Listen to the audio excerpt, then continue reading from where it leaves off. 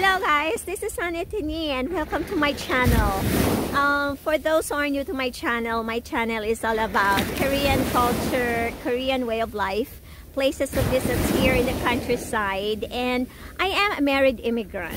I came from the Philippines and I got married to a Korean guy.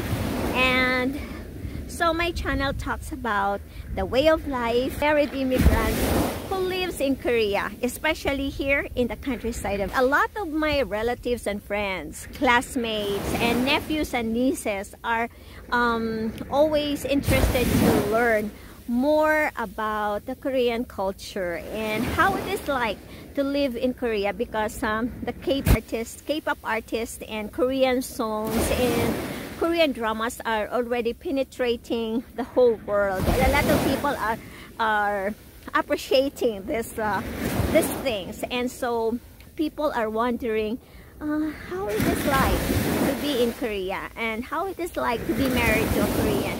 About living in Korea and your expectations if you live in Korea. But anyway, I will talk more about it sa mga bago po dito and interested to live in Korea. What are the things that you must learn? First of all, if you want to live in Korea and if you're planning to marry a Korean guy, you should know that the Korean culture is very rich and unique compared to the culture of your country.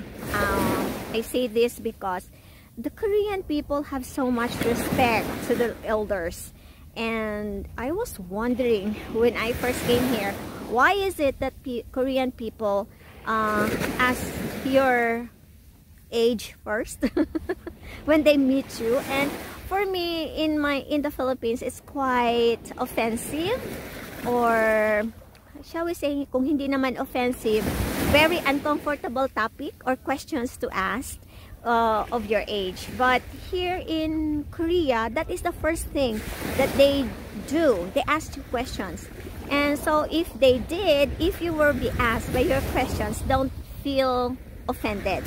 Kasi po, why? It's because they want to establish how to address you.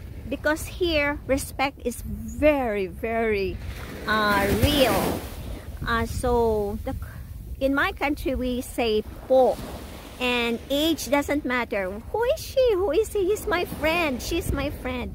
But here in Korea, age really matters. In a sense that if the person you are talking to is older than you, then the manner of speaking to him must be done in a proper way. So the Korean language is, they have this honorific form of language and the formal form of language, and you have this, they call this panmal, which is you can use this language to the person of your same age. So you see.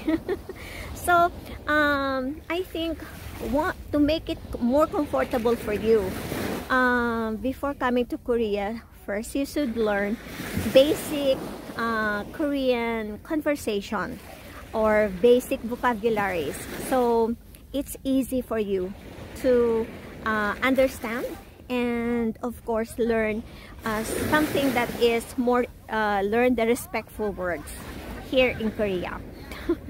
Another thing is, for those getting married to a Korean, some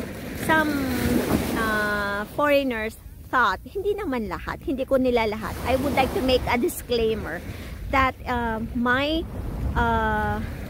this video is only talking to the experience that I have and the experiences of my friends. And this is not 100% true to all the foreigners who came here. So I would like to make that clear, that if you come to Korea for the purpose of marrying a Korean to support your family there in the Philippines, medyo may kahirapan po. Why? Because first, you must earn the trust of the Korean guy. yun talaga ang gagawin. Kasi pagdating mo dito, kahit asawa ka pa, the salary of the husband will not be given to you. He will handle the finances, and you will only be given an allowance for your spending. So, but as you work it out, get the trust of your husband, then it will be easy for him to trust his earnings to you. So, ganon. Tapos, tayo kasi, we want to help our families in the Philippines. Ako kasi sa Philippines ako, but hindi naman lahat, no? Kaya nga sinasabi ko, hindi naman lahat. But if you have that motive to marry a Korean, and then you want to help your family, if you don't have a work in here, if you are only relying to the finances of your husband, then helping your family in the Philippines is not, more often is not a reality. So, mostly in my line of work, a lot of foreigners will come there and demand, or they have problems, marital problems, because they felt na ginigipit sila ng kanilang asawa, ng Korean husband nila, dahil hindi nagpapadala sa Philippines. So, my advice is, learn the Korean language first. Be comfortable with the language. And then, find a job of your own. Because if you learn already, so you know how to communicate, then it's easy for you to find a job in here. Another thing is learning the Korean culture. Culture is a big thing in here too. As you can see, maraming mga sa atin, isa sa mga na-notice ko, pag kumakain tayo, inuuna natin yung mga bata, kasi sabi natin, ang mga matatanda, nakain na nila yung gusto nilang makain. So kaya we give in to our children. Pero dito iba. When we eat, pinapauna po natin yung mga older sa atin, tsaka tayo susubo. Ganon yun. Tapos, we have certain etiquettes to observe in the dining table while eating. So, maybe I can discuss that also. At saka dito, kung sa atin, Christmas and New Year and festivals is very, very big, celebrated big in the Philippines.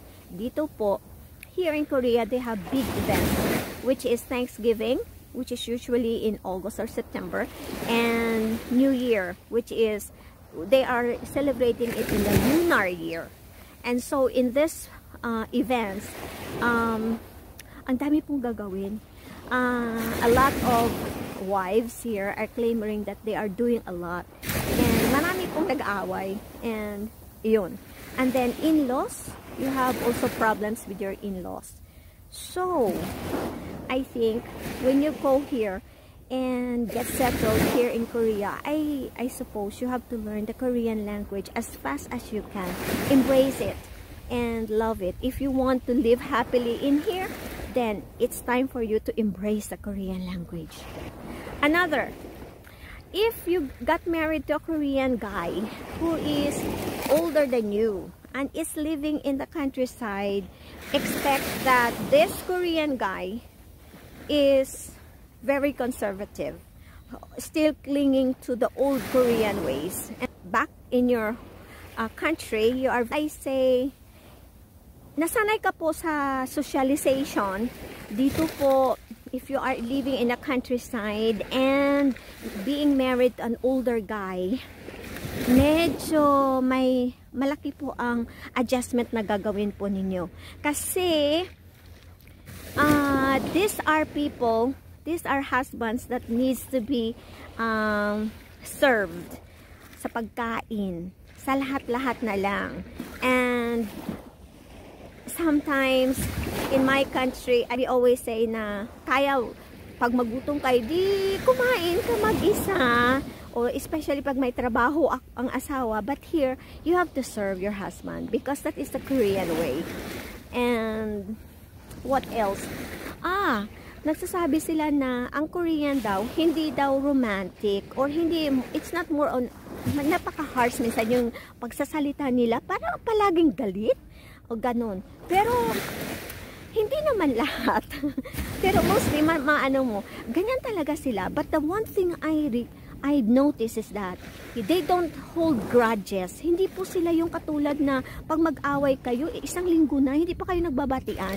Dito po hindi. Madali lang po ang batian dito. Iyon ang na-experience ko po sa husband ko. Madali lang po kami mas more ako na medyo nag-hold na grudge. Pero yung mga Koreans hindi. Kaya maganda po na bago po kayo mag-asawa, tatanungin niyo po, saan ka ba nakatira sa Korea? Ayan. Kasi pag sabihin niya, nasa city ako. Medyo maganda po sa city kasi maraming job opportunities pag okay ka na. And of course, ang mga socializing, marami doon. Pero dito po sa countryside, more on fishing, more on agriculture, ganun po. So medyo ang line of work po, medyo nagkakaiba.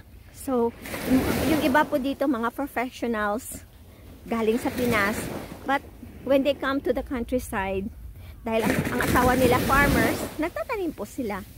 Pero hindi mo naman po masasabi na i-underestimate mo po sila. Kasi dito po, malaki po ang kita kahit na nagfa-farm po tayo. Dito po, pag magaling na kayo magsalita, magaling na kayo mag-communicate, madali lang po. Yung mga nagtatrabaho po sa hotel, naglilinis po, yung mga ganon. Naku po, mas malaki pa po ang kita nila sa mga ordinary na nagtatrabaho sa opisina sa Pinas, sa mga teachers sa Pinas, malaki pa po. Yung mga nagbubungkal ng mga kamote, yung mga nagpipitas ng strawberries or mga tomatoes, naku po, laki po ng mga nila, ng mga kita po nila. Kaya hindi na po namin dito tinitingnan kung anong klase ng trabaho mo. Basta malinis at wala kang inaapakang tao. So I guess na-resolve ko po yung mga ninyo sa Korea. So if you have any questions about life here in Korea, mag-comment lang po kayo sa comment section below, and I will try to answer it in my next video. Bye everyone, this is Onnie, wishing each and everyone a blissful day ahead. Bye! Ayan, ang ganda!